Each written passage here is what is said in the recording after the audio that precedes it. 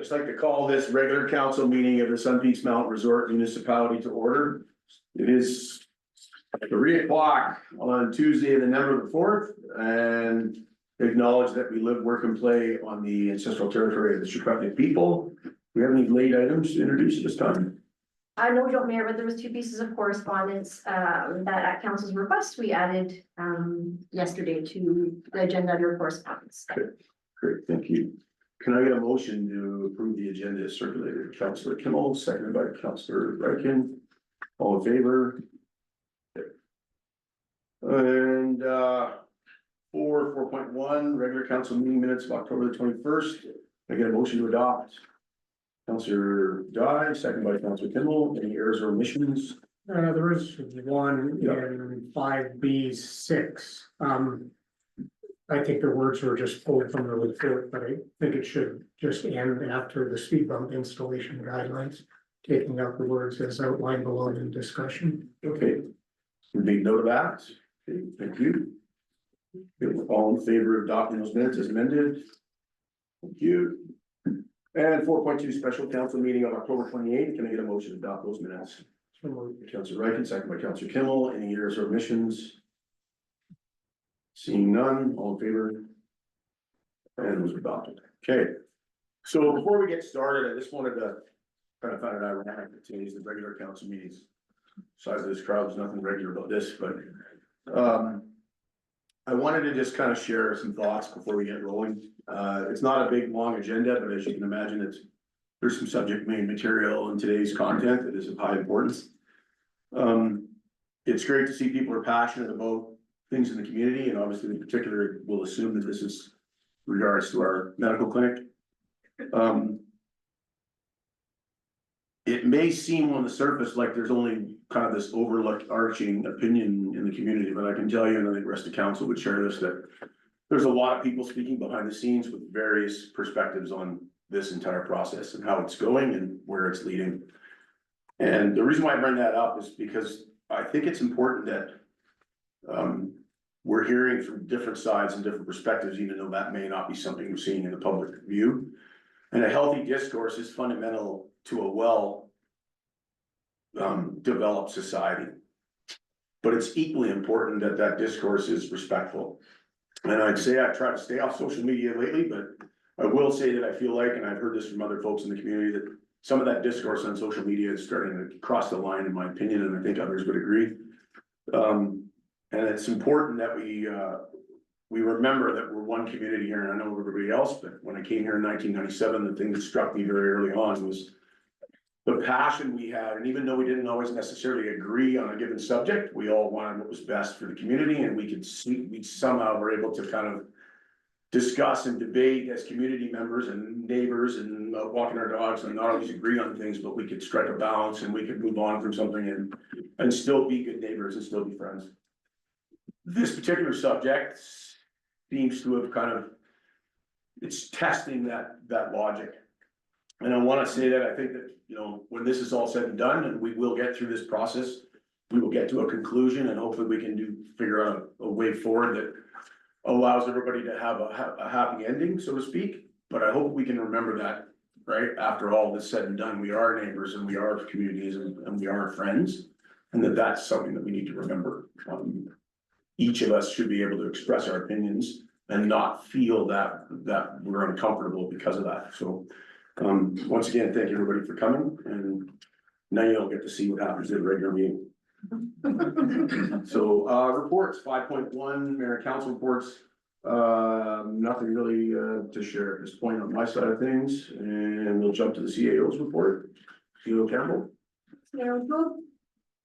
I just wanted to provide some reminders and updates on council meetings and where and how to access council meetings, because we have made some changes recently in terms of our webpage and information on our webpage. So we do have a dedicated page now that provides information on how council meetings can be accessed in person and electronically with instructions.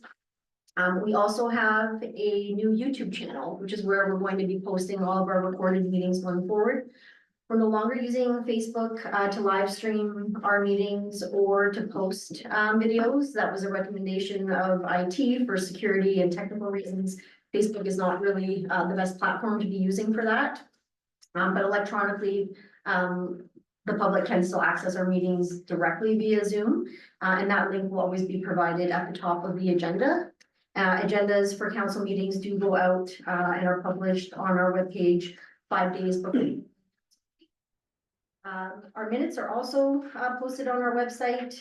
We do endeavor to try and get them uploaded as quickly as possible, but they do need to be adopted by council first before they're certified as correct and up on our website.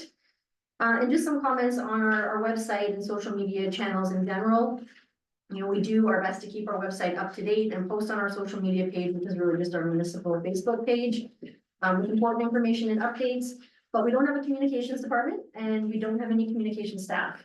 So we are somewhat limited in our ability to consistently and be fully active and engage in our communication channels. That said, I do think that our staff do a fairly good job. And we're committed to continuing to make improvements to ensure that municipal information and council decision-making is publicly accessible. With some recent staff changes, we haven't been able to initiate our communications project, but we do still intend to work with a consultant to develop a communication strategy. And as part of that, we will seek community input and feedback on how we're communicating with the community. And of course, the public is always welcome to call us if they have questions or if they're looking for municipal information on our website. I do acknowledge that our website is not always intuitive in terms of navigating. And so that's another project that we're also working on to make some improvements there as well. I wanted to bring to council's attention the Provincial Heritage Conservation Act Transformation Project. This project is a project the province is undertaking to align with the UN Declaration on the Rights of Indigenous People, to streamline permitting and improve heritage protection. So the HCA is provincial legislation that encourages and facilitates the protection and conservation of heritage property, particularly archaeological sites and objects in BC. There's been no changes to that legislation since 1996, and First Nations, local government stakeholders have for many years raised challenges with the legislation and its administration. Some of the key changes proposed are expanding heritage recognition to include intangible heritage, such as oral history, so not just physical sites, simplifying the permitting process, giving First Nations a greater role in decision-making, changes to support faster rebuilding for communities affected by natural disasters, improve methods to prevent harm to sacred or culturally significant sites, and increase transparency in the processes. So given the land use significance of the proposed changes, local governments have been fairly critical of the province's engagement process, and that's led to some subsequent steps that the government's taking through UBCM, the Union of BC Municipalities, and that consultation process is ongoing. So there was a survey administered to all local government CAOs. I completed that. And as council knows, because I let you, I sent the link to you, there is an upcoming webinar on November 7th for elected officials if you want to learn more about the changes. Thank you. Tuesday, November 11th at 10:50 a.m. for Remembrance Day, we'll be gathering in the community plaza just outside the Sun Peak Center. And just a reminder for the public that municipal offices are closed on that day. Just an update on winter road maintenance and snow removal. We also have made some changes to our website and have a new dedicated page that shares some important information about winter road maintenance and snow removal as we move into the winter season. So we encourage the public to have a look at that. And I have one more update that I wanted to address quickly, but for that, I am going to turn it over to Chief Siobhan. Good afternoon, Mayor and Council. I just want to provide a quick update on Rescue 1. We officially received Rescue 1 on the evening of October 16th. Since then, the vehicle has undergone some minor repairs and counts, completed import and insurance related inspections, and received new winter rated front tires. Our team has been busy outfitting the truck with essential equipment such as flashlights, radios, while our drivers have been taking out the practice runs. You've probably seen it out and about. But tonight, during our training session, we will be transferring our rescue equipment from engine 2. That's like our ropes, auto extrication tools, medical supplies. We'll be putting them onto Rescue 1. This will allow us to start using it for rescue calls. Once we have completed the fire pump training with our operators, Rescue One will be placed into full service as our first out engine. But we're also excited to announce an upcoming art contest that will invite artists from our neighboring First Nations bands to submit designs for artwork to be featured on the truck. Contest details are currently being developed, and we will reach out to the bands once everything is in place. Any questions? Good, thank you. Need a motion to adopt the report. Jack, a motion to adopt the CEO's report, Councillor Kimball, second by Councillor Rankin, all in favor. Okay, moving on to 5.2, updated report on the foreign buyers ban. This is further to an update, that I brought forward, I believe at the last council meeting, just keeping council and the public informed on the advocacy efforts, of the mayor, other levels of government, businesses, Sun Peaks Resort, and other lobby groups. So what we've done is essentially put together, an information package that includes, some previous correspondence from former Mayor Al Rain, correspondence that we had the permission to share from Mount Resorts branch with the Ministry of Tourism and their advocacy efforts on behalf of Apex and Silver Star. We have letters from our MLA. We have the summary that former Mayor Rain put together that documents in quite a bit of detail all the steps that have been taken on this issue. And then in the report, I've highlighted some additional steps that have been taken since that time. It's pretty fulsome, I think, overview of what's been done and where things are at. Unfortunately, we don't have any new information or updates. Our understanding is that while a decision has not officially been made, that there is still some resistance granting an exception, given the time that it would take to do that and the time that the foreign buyers ban will sunset in January 2027. That's not official, we don't have official confirmation of that because we haven't had a response from the federal housing minister. But that's sort of what we've been hearing through our other communication channels. And Mayor too, I don't know if you want to comment on, I know you're continuing with ongoing. Yes, this, and even as recent as this past week, our MP Frank Caputo's office reached out to us in their direct communications, so they're working really hard advocating for us as well. And then most recently, I sent the original letter that I sent, back in June. I did a follow-up letter in the middle of October. Giving that some time to kind of rest and get through, and then, we'll probably start some more contacting here in the next 2 to 3 weeks to see if we can't get a meeting and an audience with at least the deputy minister and the assistant deputy minister, if not the minister himself. So it continues to be high priority, and I know that the private sector, the resort itself and others are working hard behind the scenes, and to the CEO's point, we're just not getting a response. So that's where that one sits at this point. Okay, 5.23. We have reviewing the new temporary use permit application, the memo here, Director Hopper, you care to speak to that? Yes, thank you, Mayor and Council. We just wanted to put this memo for clarification that we are going to start receiving and reviewing TUP applications and getting them processed. The short-term rental review is winding down, and we should start getting some recommendations and reports together that we can provide council and move forward with. So it just feels like a good time to get these TUPs really moving, maybe that we have in backlog. Excellent, thank you. CEO had a. If I may just add on to that, Mr. Mayor.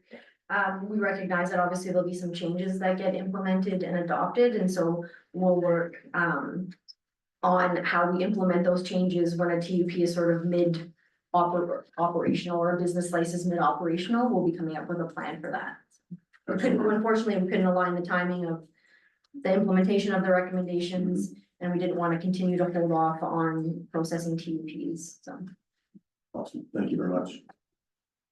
Okay, moving on to 5.24. We got parking for school drop off and a pickup report. Thank you, Mayor O'Toole. We received a letter to the last council meeting about this issue for parking and pickup for students in the area of Sundance Drive and then Village Place. We've acknowledged this has been a bit of an issue, an ongoing issue. at least since I've been here. So we looked into it, we looked at some of the options, some of the parking areas we can, feel would work. We wanted to make sure parents are parking away from the bend in Sundance Drive, and we wanted to definitely limit how long they're there for. Of course, in winter months, we've got the snow that we want to, keep off the roads and make sure fire department and emergency vehicles have access through there. So we came up with a list of requirements, noted in the report, maximum 15-minute parking, about half an hour timeline for temporary parking up there, and having it run until the magic carpet and platter lifts are operational, most likely around November 22nd. We did receive some correspondence this morning to alter the times that we posted in the letters, which seems like a good idea. Instead of the letter we noted 8 to 8:30, they would like us to go 8 till 10, or 8:10 till 8:40. And in the afternoon, 3:30 or 15:30 to 4 o'clock or 1600. We would go 5:10 to, or 15:10 to 15:40, so 3:10 till 3:30. 5, 10 minutes. Yeah, altering it. Creating more of a buffer. Yeah, seem to align better with the actual school times. Okay. So the recommendation is that, we approve an exemption for municipal parking regulations on Sundance and Village Place to allow temporary projects subject to the below conditions by the mover. But that's with the. With changes. the amendment, sorry, yes, with the amendment, Counselor Kimmel, second by Counselor Dye, any Little- discussion? Yeah, a little discussion here. I noticed, like I said, so the parking is gonna be at the top and down below, not on the corner. Do we have a plan on how we're gonna have some traffic direction, especially the first couple days? Because I'm sure not everyone's going to, they're just going to hear they can park there and they're not gonna look too closely at the map of where they can park. Yeah, so we're planning on having our bylaw staff come out and help people for the first handful of weeks and see how it goes, if we need to. It was provide only more like a direction. week and a half long or 2 weeks long. 2 weeks long, yeah, so we can have our bylaw staff around there. I'll probably go for the first couple of days just to check things out too. We'll print off our own maps and make sure everyone's pretty clear. We are going to send a memo to the school so that they can issue it to the parents. And hopefully it can be communicated and we can solve any on-site issues right there. Okay, any further discussion or questions for the record? All in favor? And that is moved. 5.25 municipal climate resilience grant update. Is it in here for information purposes for the speak to this director? If there's any questions, to us, we were unfortunate in receiving the grant. Anybody have any questions regarding that? We didn't get the grant. We don't always get the grant. We don't always get the grant. No gifts today, okay. Awesome. Thank you. And then the dewatering centrifuge updates, 5.26. Yeah, happy to speak to this one. This is just an update for the council in relation to a project that we've been working on throughout the year. For increasing our centrifuge capacity down at the wastewater treatment plant. The initial scope that council had approved earlier in the year was for us to go and purchase a second unit in addition to the existing unit, which is aging. The reason for that was to give us the increased capacity, but also to give us increased redundancy in that system because it's a critical part of the plant. I'd really like to see us have 2 operating centrifuges. Unfortunately, through the work we did looking into that, it just became logistically really difficult, from space constraints and electrical tie-ins and piping tie-ins and all the operational constraints associated with that. So we changed our strategy there. We went out to an RFP for a unit that would replace the existing unit and have additional capacity. The implications of that are that previously, when the unit was intended to be purely an add-on and not replace the existing unit, that was 100% DCC applicable. Now that we're replacing existing capacity and adding capacity, there's a mix of DCC funding and municipal funding on a sort of 66-33 basis based on the capacities we're seeing come through for the RFP there. So there's those financial implications associated with that. I was planning on bringing that to budget this year.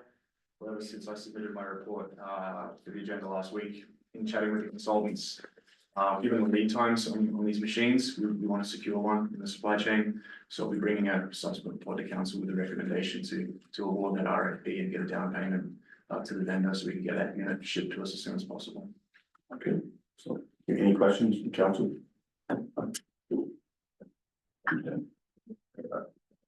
Okay, 5.6, thank you. Okay, 6.0, any new business? Under 7, you have a lengthy list of correspondence, I'm assuming everybody has had a chance to read the correspondence. One letter regarding TUP, the vast majority of the correspondence is regarding the clinic. So we're gonna move on, folks, to the 8 questions from the public, but I just want to remind everyone before we get started that it's called questions and answers potentially. And I would respectfully ask that this is not an opportunity here to make lengthy statements. If you're looking to make a delegation to council, then you do that by submitting a request and attending the meeting as such. And I understand the passion that's involved here today. If we can also remember that you address your questions to council and not engage your fellow community members. If you hear something being asked or spoken about that you don't necessarily support or in favor of, please don't judge others, allow people to have their opportunity to speak. Also keep in mind that as it may be frustrating, and we understand that on this side, is that it's from our perspective, these negotiations and these discussions around with the proponent around the clinic are still ongoing. So as such, we have a responsibility as a municipality and our staff to keep things confidential. So there's a lot of things that we just aren't in a position to discuss at this time. Know and understand that despite what you're reading and hearing, comments like council doesn't have any concern about this subject or any sensitivity to the community's anxiety around it are not true. And we were very much concerned and I likely equally as anxious about coming to a solution that gives everybody what they need here and wants going forward. So if you have a question, please state your name and put your hand up first and we'll try to work our way through and I'll make a list. Anyone? You got a date for completion of negotiations? CO Campbell, you want to speak to that? Not really, no. I think. Colin Cannon. Colin Cannon, and thank you for the question. I think obviously it's what everybody's on their mind. I think we all want the same thing. Sooner is better, right? Like this afternoon would be great, right? So because the other thing too is as a layman and not coming from the medical field, something I've learned over the last few months is health related processes are inherently complex. And so these kinds of things don't happen quickly. So the sooner we can get to that point, the better. But unfortunately, in Colin, I don't have a specific date I can give you at this point. Anybody else? Are you concerned, Sir, just could you state your name for everybody? Lee, yeah. are you concerned about losing the qualified professionals in the previous team? Given the length of the delay, because, you know, people need to work. And we've had layoffs and we've handled with 7 OB doctors. The Clearwater Clinic is closed often because there's no staff, same with Merritt. So I'm just wondering if you're taking that into consideration of losing the actual trained staff that are currently in the community. Yeah, and Lee, thank you for the question. It's a great question. Not the first time we've heard it. So, and absolutely, I'd say that, you know, I think you heard me say very early on when this process started that the staff, the team you're speaking of aren't just employees of the health clinic or weren't employees of the health clinic before, they're members of our community. And there's 2 of them right here. Right here, yeah. Registered nurses. And I know that every medical professional, the working group talked to, like the first thing comes out of everybody's mouth is that, and we're not just talking doctors, there is a crisis of shortages of a wide range of medical professionals across the country. So we're well aware of that, and we do not want to lose any of those people that were here. We think that they're integral to the success of our community's health services. Dan Hollier, so there is no timeline set, but what are the obstacles to setting a timeline? Because we all know that if we don't have a deadline to work to, things drift on. Is it not possible to, even if it's a goal, to have a date to aim for? Good question. Any thoughts on that? I'm kind of going. I think we would have liked to have had a path forward at this point. I have to say that we have been moving quicker, I think, than than it appears. Given how complex this process is, I think this has taken up a substantial amount of council and staff time. We've made it a priority. We put other things to the side to try and move this forward, but I can't stress enough the complexities, and unfortunately, there's a lot of context to these negotiations and to this process in a situation that is not out in the public, and for confidentiality reasons, we can't speak to it or address it. And the complexities, I think, are what prevent us from being able to say, okay, by this date, we will have all of this wrapped up, just given what's involved in the process. Yeah, and I, just to support what the CEO said, I mean, we're literally, Danny, on a daily basis. There's activity and things happening to try and move this forward. Unfortunately, at this point, it's not garnering results. So it doesn't necessarily look like results that we can share publicly. It may not look like anything work's being done, but we'd like nothing more to get it done as soon as possible. And we also understand the urgency of we're moving closer and closer to the start of ski season, and the size of the workforce grows, and, you know, residents that aren't necessarily full-time, but are here half the year come back. So our population goes back up, people that have been away traveling are back. So we understand that the urgency and the need to get somewhere soon. So. Kristen Passmore, I just wonder why the clinic cannot be open during negotiations. Who would operate it? Yeah, so it comes down to the question of who would operate, Kristen, and again, I'm not an expert on the medical systems, but when we talk about, as I've learned over the last number of months, when we talk about things like electronic medical records, as everyone is understanding, as Lee mentioned earlier, the significant shortage around accessing qualified medical professionals, even trying to attract a locum doctor or someone to work. Go ahead. Well, why couldn't the current doctor be operating still? Well, the current doctor, to my understanding, is resigned, so the patients are all unassigned and have gone basically back onto a wait list, right, for that at this point. Jim Alex, Yeah. Given that the current doctor has resigned and we are currently without a doctor, those of us who had Dr. University as our doctor, what is our status? When and if we get a new doctor in town? Sorry. When we get a new doctor in town, what is our status as past patients of Dr. University? Do we simply go on to the tail end of the BC Health list? Move to the front of the list because we live in some peaks and we have a doctor I here. can, Just a second here. So I'm gonna allow Councillor Dias, and we have had some discussion with, you know, when we talk to HealthLink and others to try and get our heads wrapped around that question, and it's a great question, Jim, thank you. Do you want well, to start, and Councillor Dias? everyone's got to remember some of these things. The healthcare is a provincial thing. We are trying to have a clinic, and as a landlord, get someone in the clinic. We don't get to say how wait lists and stuff work. The Sun Peaks municipality is not in charge of healthcare at all. We don't get to make up these rules. We don't get to just sort of pick and choose and change these things how we would like them to go, because that's medical care is under the province of British Columbia. So our understanding from the conversations we had is that in the likelihood that the doctor comes on, if we had an agreement in place and somebody to run the clinic, is that the first priority would be to reattach those patients who were attached prior.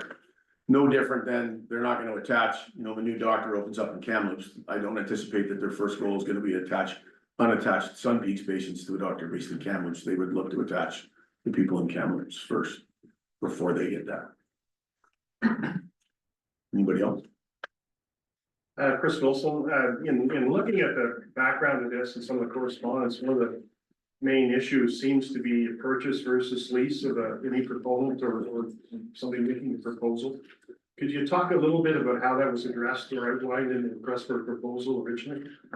So I'm gonna let the CEO speak about that, but again, this goes back to my earlier comment about, you know, the aspect that the original request for proposal, which was a public document, stated that our RFP was for a lease option. This discussion that keeps happening in the social media around a purchase, that's not a conversation that the municipality's ever been a part of publicly. So I can't comment on that. I'll let the CEO speak to that. Oh, I was gonna actually see if maybe Councillor Dye, who was on the working group, Yeah. wanted to talk to how the working group recommendation Yeah, like. Give a little background on that on there. Yeah, so I'm not sure how many people have, the working group has been attached to a Facebook post. I'm sure the working group report can be reached through our municipal website, and so if you go in there, it's very, very in-depth. Like I have to say, over a course of 3 weeks to get 8 different people to have 7 meetings and bring in people from 2 different health clinics in Vancouver, someone that works in a billing for medical services throughout the world. We had a GP on the clinic. Like it was absolutely staggering amount of work that went into this working group in a very short period of time to try and come up with what we'd want to do. The working group report is that a sale is kind of the last sort of resort. Throughout the entire working group's process, everybody that we spoke to who came in from another clinic, a doctor from outside of Sun Peaks, anywhere else, the first thing they all said is under no circumstances should you sell this clinic. Every single one of them said it was a very poor idea, and they had a number of reasons why. If you read through the working group report, there's pros and cons of each thing. And I went into the working group report, I was very much like, hey, if this works, selling it should be on the top of the list. But as we went through the process, it was more and more apparent that there is a lot of concerns that come up long-term with the sale. We could very much just take a decision now made in haste, and it'll cause bigger problems down the road, and we very well could be sitting back in the situation in 1.5 years and 2 years.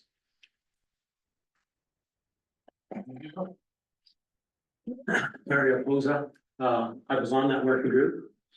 I was probably one to dissent. Mario, you did not dissent to the working group. I did dissent. I said that I was gonna go with the majority. I also said, when it comes down to negotiations, I hope council is flexible and looks at options that would make things go forward. Is This there is what I question? said, okay? I would hope that council would look at the options, given the marketplace out there, and try to come up with a solution, because I'm not sure if the fear is that we are going to lose an asset. I've stated publicly that I think there are ways of getting around that to ensure that that asset stays within the control of the community should something go south. I think there are legal ways to do that in covenants. And I hope the council looks at those options when they're in negotiations. Because that to me is the only concern. Getting a doctor is a major concern for the community. Keeping people employed is a major concern for the community. Look at the options that are available to you and try to come up with a creative solution. That's all I ask. Thank you. CEO Campbell, Mayor, if you don't mind, Yeah. I will speak to maybe the lease and the RFP generally. please. And I'll also speak very generally to the sale, Mhm. some other complexities with the sale of the health center to anyone. So the RFP was for a lease, which the municipality has been fully transparent that we were prepared to lease a space to whoever the successful proponent might be at no cost. If it was a business, we'd have to enter into a partnering agreement. That's a statutory process required because local governments cannot provide assistance to a business by way of not charging lease costs unless we enter into what's called a partnering agreement. Regardless, the municipality has always been prepared to go through that process.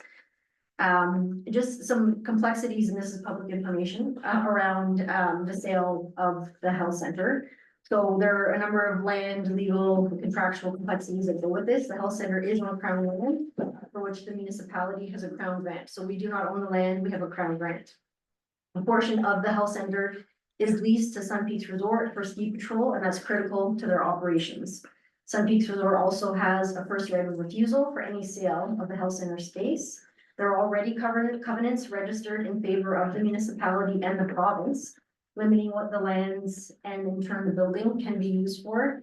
The health center addition is also on leased crown land as well. So the municipality does not own the land that the health center addition is on, and there's some other requirements with respect to the grant funding that was utilized to build the health center. So I highlight these complexities because these might seem like easy things to work through, but they're not necessarily. And so they're just an added layer that council needs to consider when we're looking at the sale of a municipal asset and a community asset to anyone. Okay, thank you. Any further questions? Down the back there.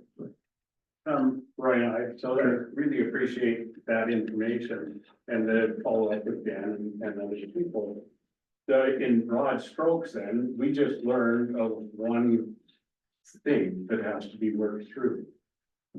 Could we not, instead of saying it's very complex and we can understand confidentiality and I fully understand that, but in broad strokes, can we at least communicate to the people that are looking here and they say, well, this looks like a no-brainer, why aren't we moving forward?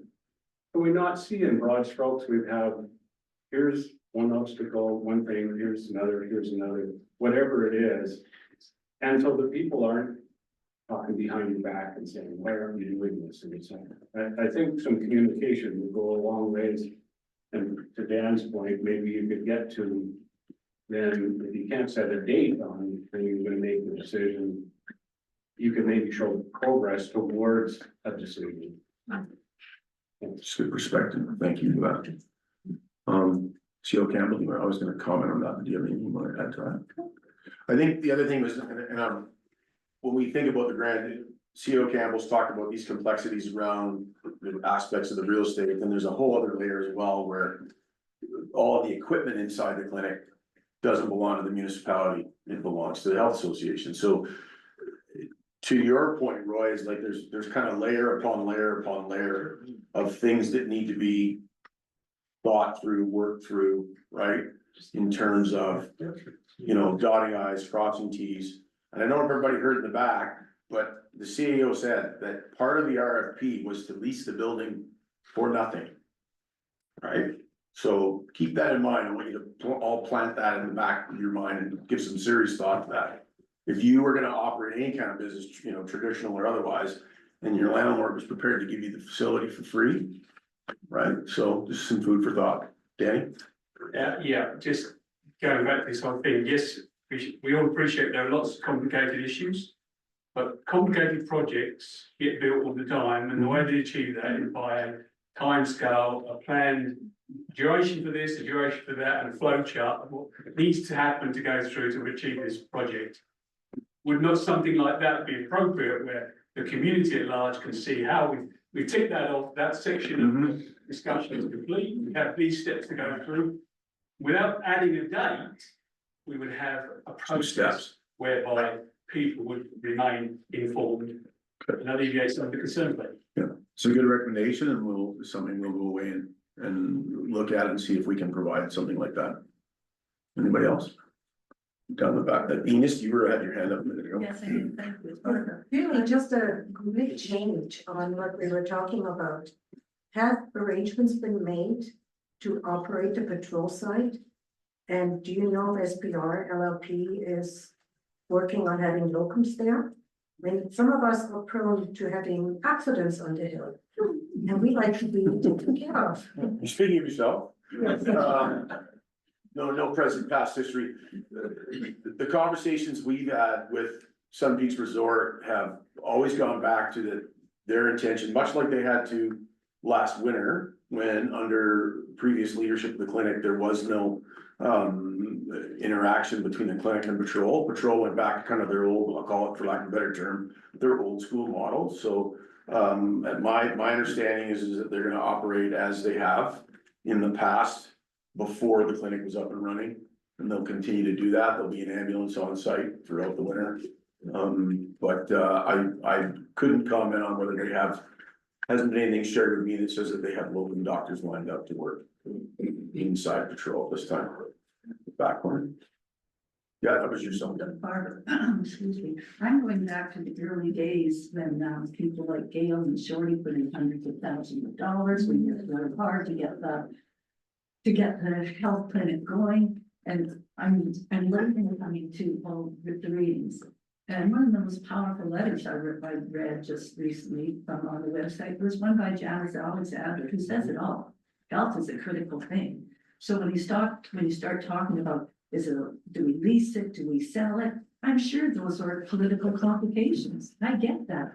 But in the meantime, if we have a willing doctor and incredible staff who are willing to be part of it, let's move in that direction to begin with. I remember having my heart attack on the mountain. I was very grateful for Dr. Barkley and the group that was there. So for us to be able to say, oh, well, it's complicated and it's this, I agree with this guy and say, let's just move forward and make sure there is that beautiful building is occupied and we get going. I think whether it's selling it or leasing it, that's another matter. Let's deal with health issues right now. That's all I want to say. It's like, it's the most important thing on everyone's mind, not only in Sun Peaks, but in all of Canada. Thank you for your comments, Trevor. I want to just go back to what Councillor Dye said earlier when he was talking about the working group. And I think we're getting caught up. We think this is some sort of political decision around the concept of leasing and stuff, but as Councillor Dye said, there was a lot went into the process with the working group, and when we looked at the decision that we're in the midst of making, we aren't just, it could be easy just to take the quick and easy way. And it's been my experience that quick and easy is very seldom in the same sentence as the right decision long-term. And that's what we're wrestling with, is making a choice here that not only gets the clinic back up and running as quickly as possible, but that we believe has the best chance to be successful 2 years, 3 years, 5 years and beyond down the road. As this community grows, if we're 5 years out and the population is increased by 50%, and we're back in this room having this same conversation, the impact's only gonna be that much greater. So it's incumbent upon all of us to make sure that we're making the best decision for the long term, not just the short term, so. Things change. So I guess it's my understanding that if there's a Sun Peaks Health Association, they would govern the clinic. Is that correct? Or? That's not known at this point, Oh, okay. right? It would depend on the arrangement made with whoever the Yeah. proponent. I think that's kind of a misconception too, because if the health association governs the new doctor, why would a new doctor want to work underneath that? Especially when it's changing, like it's a council, so it's Yeah. changing every year. So sorry, is there, do you have a question specifically, or? Oh, I guess not so much because if it's not, if the health association isn't governing a new doctor, then not really, I don't know. Good. Yeah, You've mentioned that resort to keep Trots going back to their old model. Is there no way that we as a community can go back to our old model? And I came late to resort, so I don't know exactly how that would work. Is my understanding correct that we had locums come in to staff the clinic that was there? yes, Is that's there correct. no option for having locums to come in to staff the facility that the community has to help provide? In whilst we work out Yeah. the perfect scenario, Yes. And what the ideal goal is. it's a very good question. Thank you for asking it. I mean, long term, I don't think any of us wants to be there, right? Like, I think if there was a time, keeping in mind that in the early days, and then Mario can support this and others in the room here a long time, like there was 300 or 400 of us living in the community back then. It was a much different scenario than what it is today. As far as a transition model, what we seem to be learning more and more on a week by week basis as we get a better understanding is the complexities of activating something like that aren't just, we couldn't just say today, we're gonna do something intern with locums and say we'd be open in a week. That's the reality of how this would work. So that's not, as nice as it would be, I think we'd all like to be able to do that and have a transition model while we're getting to that long-term decision. But I think what we're trying to do is, because we're realizing that is, would be almost as long in wait as it would be just to have somebody in there on a permanent basis, is to try and come to some sort of decision that allows for us to have an ongoing operation sooner than later. Right, Lee? Can you briefly just describe to me what the health association is and who sits on it and how they interact with? So the Health Association's got a long history. It existed going back, I'm thinking close to 30 years, Mario, is that? Late 90s. Yeah, so like 98. And it, at its peak, it oversaw the day-to-day operations of the clinic. When the municipality, shortly after we'd gotten it up and running, and then we passed it off to a community-based board. And then when Steps came on board, there came a point where that board, wasn't necessarily having a whole lot to do. So the members of the board took a step back, and the responsibility or those board positions fell to council in default. So the board still exists, but the board is now essentially the members of council. Plus, we have recently appointed Alice Muirhead to that board as well too. And then we have as assets, the equipment which is in the clinic. We also own a condominium in Sundance Lodge, which was the intent was to house locums. And then we have some funds in holding accounts with the municipality. Councilor Guy. And one thing I kind of add to the working group report is one of the things that the working group definitely recommended is that the health association be back up and running by a board of community members again. Not necessarily to oversee the doctor or run the clinic, but just as hopefully something that could advocate for healthcare services in our community. It was another avenue if the successful proponent wanted to work with the health association, help them fundraise for equipment, maybe find additional services like mental health services and stuff that could be brought in. But that really, the role of the health association can't really be finalized or decided till the role of what the clinic is finalized, because the person who's running the clinic may be really excited and want to work with the health association. They might just very much want to be hands off and say, hey, great, if you guys want to fundraise and help some stuff with the community, that's great. Just you do it over there and I'll do my thing over here. That's not a decision council is looking to make. So we can't really do anything till we get further in the process. I was just wondering, Sorry, just state your name. Michael. Okay. So we've learned that you're offering a free lease and free housing. Have we advertised across North America that there's an opening at a world-class resort with a free lease and free housing? Do you want to speak to that, Sheila Campbell? Yeah, I don't have a list of where the RFP was advertised, but it is advertised quite broadly. Yeah, on multiple networks through the Thompson Division of Family Practice. Doctors of BC. Yeah. That's crazy. Yeah, and we even had, like, in one case, the liaison from the Thompson Division had gone away to a high-level North American-wide conference and taken our recruiting package with them. Like, there was no stone that we could turn that we didn't turn to try. And as we all know, and it's been discussed in this room, accessing healthcare professionals is, you know, they're the most popular person in the room these days, right? So, okay. Rob. My name's Robin. So you had this proposal sent out to a broad range. And whoop-de-doo, we got one applicant. Correct. And we can't seem to make it work out with that one applicant. Not to this point. Okay. Good.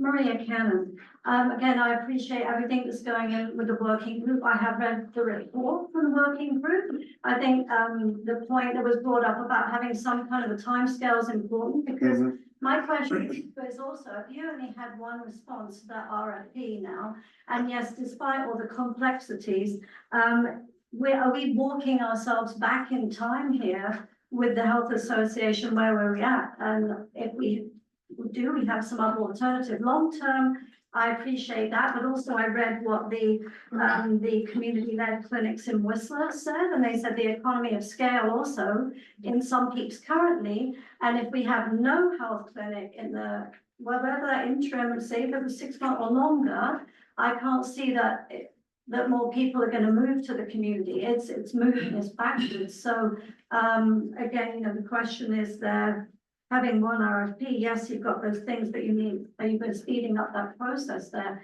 And one of the other things I noted here was said in the report, recommended by those other clinics, was that committed positions with strong community ties are critical to long-term viability. So if we don't have that, which obviously we didn't at the moment, you know, we're sitting in well, we all know what situation we're sitting in. Good, thank you. So another hand up. Mario down the front and then Lee after that. Just for clarity, the condo is there for people who are doing locums, but Correct. it is a requirement by the Rural Physicians Locum Program that you provide accommodations for things like weekends. So that accommodations is not so much for a physician to come to town and live in a hotel room. It is much more so Correct. that we can fill in those weekends and the other times. Or holidays. and Or holidays. That's the purpose of that particular thing, is getting accommodations during Christmas and on Friday, Saturday and Sunday in this town is not an easy thing to do. Right. So just for clarity. Yeah, thank you. Lee? Has there been any discussion with Interior Health taking over the clinic? Care services? No. No, we've talked to, people at the Primary Care Network, and organizations like that. We've been speaking with Division of Family Practice, but no direct conversations with Interior Health. CAO. I just wanted to provide some clarification just on the complexity, so I didn't raise the land legal and contractual complexities. In order to say that, okay, these are hurdles that we can't get through, I raised them because there's steps that would be required regardless. So it's a process that we would have to follow. This is council knows, I love challenges, so it's not that we wouldn't work through them, it's more just that's why it's not an easy, just enter a lease, just sell the building, like it's just not possible, we would love to. And the municipality is known for making things happen, this community is known for making things happen, but as a local government, we have a lot of restrictions. And so there is a process that would have to be followed, multiple processes, whether it's a lease or a sale, and so I just highlight that because that's why this. You know, even if we had a perfect solution, it couldn't move forward as quickly as we would like it to, because there are some legislative and procedural and statutory processes that we're willing to absolutely go through, but we would have to go through. I think to Dan's, before you speak, Dan, I was gonna say to Danny's point, one of the things we'll definitely try to do as best as we can as we come away from here today, is to see, without getting past that line of privacy and confidentiality, is their ability to create a bit of a timeline to share with the public, to say, you know, hypothetically, here's some, they're not written in stone, but here's some tentative dates where we're trying to get this done by this date, this done by this Even if date. it's a simple bar chart, that says we're Yeah. 75% through this task. You know, Deanna's just said there are steps that you have to go through. They're not insurmountable, they're just steps. Exactly, so if people are aware of where we are in the steps, that would alleviate some of the concern. Correct. But my point was, and it's probably been muted by that last statement, is there a plan B? Is there a plan B? So what, you know, Yeah, I if mean, it's steps to go through. I don't wanna- Steps to going through them. I've said all along, since this process started, we've been working in parallel, with members of the Health Association in looking at all of our options. I think our number one goal is to still find a way to get an agreement with the proponent. We think that's what's in the best, I think I speak for everybody, that's what's in the best interest of the community, right? But we're looking at it not just in a short term, but a long term, but yes, we are exploring other options if we have to, but we would rather not do that. And what we are learning as we're meeting with people like Division of Family and Primary Care is that those processes which we thought might be quick and easy are absolutely not quick and easy. So even if we go down that path, it wouldn't be that we could solve our problems even in the short term right away. Hi, I'm Janice. Is the proposal for, I ask this because as everyone's talking on survivors, you get more information from somebody else because there hasn't been a lot of information other than what we're kind of talking about ourselves online. At first, I thought the proposal was simply to buy the clinic, but then I've heard since that it's actually just with an option to purchase. So And again. it's not hinging on that, like, So I go back to what I said earlier. What I can share with you is what's in the RFP, and the RFP was for a lease. All this discussion around this hypothetical purchase, if that is in any way, shape or form true, it would be confidential information. So we can't share that. Yeah. And to the mayor's point, it's because a proposal submitted is proprietary to that proponent, so we are not in a position to divulge the content of the proposal, and we wouldn't want to be breaching that confidentiality. So apologies, but I can't really answer that question. Anybody else? I see a hand up in the back. Yeah, question's been, the session's been very informative. Thank you, Rob. Phil, you shit, buddy. Phil, we're talking about.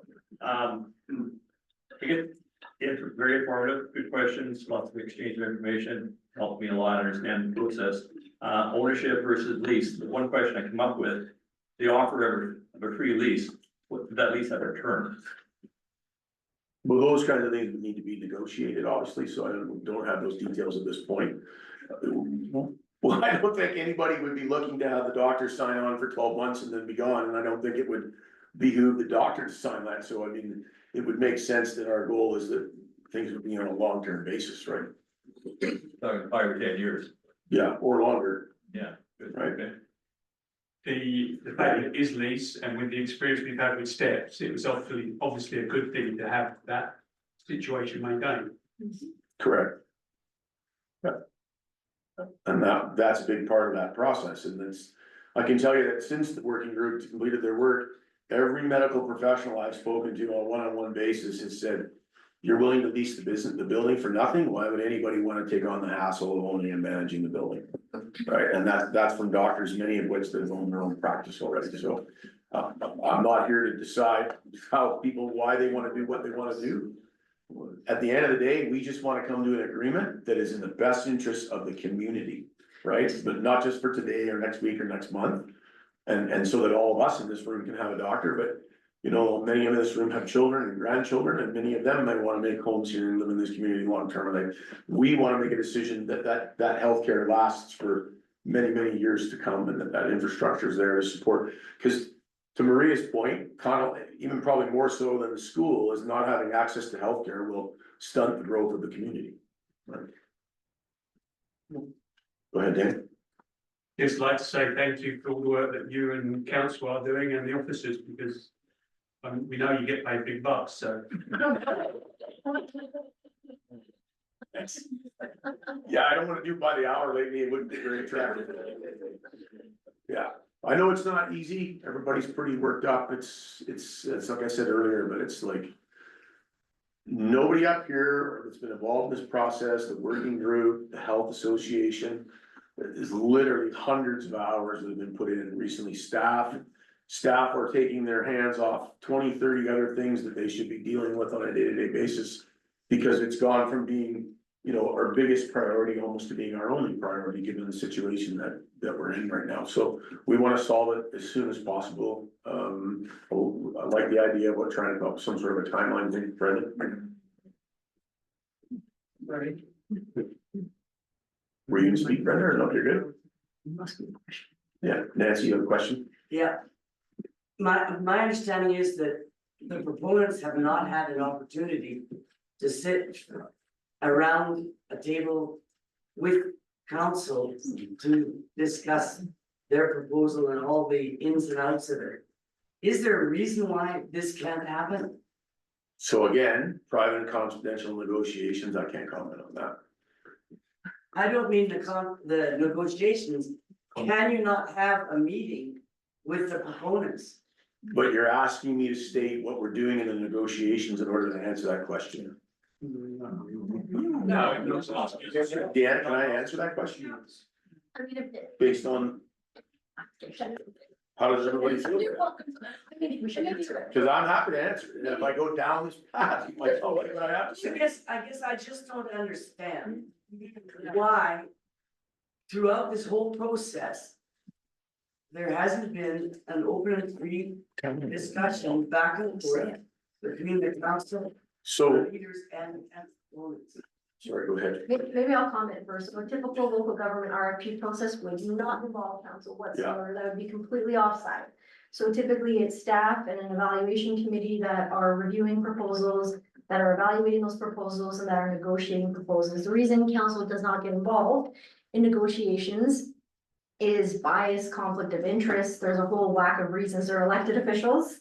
And so they should stay out of those negotiations. However, council, this is obviously a very unique RFP process. And has not been in any way a typical local government RFP process. But that is why council has not been directly involved in any negotiations for any RFP the municipality has put out, because we don't want any perception of bias or conflict of interest. However, I'll let the mayor comment on whether or not, in terms of just meeting in general with the, To the CEO's point, thank you for that, like, none of us were involved on the BC Builds project for that express reason, right? And as an example, if I was involved in that process right now, my family was a patient of Dr. Nowinski, so that would be a conflict, right? To answer your question straight up, we have offered to meet, and there's been no response to that request.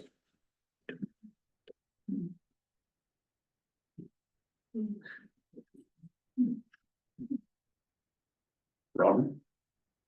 Again, my name is Robin. Went to university and I took Economics 100, and Economics 100 said supply and demand. We have a supply shortage of doctors. If they demand something, I think we have to cave. Would you give them $2.5 million? I would welcome an increase in my taxes to 2.5 have a million. doctor. Well, and that's a great point, Robin, and we know, like, CEO and I recently met with the city of Kamloops.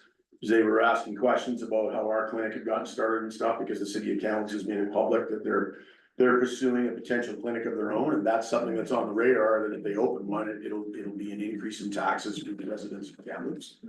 But we're a small community, when, you know, a small increase of tax burden, and the former councillor, Pozo will remember, like, when we were in the negative running the clinic ourselves, and to the tune of $200,000 a year, that's a large bite on a community this small. So it's not an easy thing to just make that decision, and to Danny's point back there is letting go of the clinic 100% means that we've no longer got a voice in the long-term future of healthcare in our community. So that's just something that, if we cross that bridge, people need to be remembered. There won't be any ability to cross back over that bridge. Sorry, Brenda had her hand up at the back first, Mary. I'm just a little confused because it states in the, like, on the website and the agenda and minutes and stuff that negotiations are happening. Are you saying that negotiations are not happening? I'm saying that negotiations haven't closed. In other words, we haven't, you know, the question was asked earlier, do we have a plan B? Well, we're not running down plan B because that's not where we want to go. We'd rather not go to plan B. What I am saying in reference to Nancy's question is that we did in fact request to meet and offer to meet, and we haven't had a response. Ariel? Just in response. We ran a clinic ourselves. We had Steps run a clinic. In both cases, there was a financial deficit. Steps is having difficulties, so they told us. We certainly as council have deficit that we had to undertake. I'm looking at what you're proposing going forward, and I don't know what the final result will be. But I sit here in front of this council saying, to do the same thing for a third time means that this community better be prepared to divvy up the deficits that are likely to occur if we take on this responsibility as a community. Correct. Yeah. So. You guys all heard that? Everybody heard that? Sorry, Danny? It's just gonna ask, if you look around the room at the experience that's in the room, you ask this room, is healthcare a profit center? The answer would be no. Yeah. You know, so yes, there is a cost. So 2.5 million was banded, you know, is that reasonable? I don't know. Can I just ask a very simple question, because maybe it's just not. I love a simple question. Is the question whether or not that we are looking at selling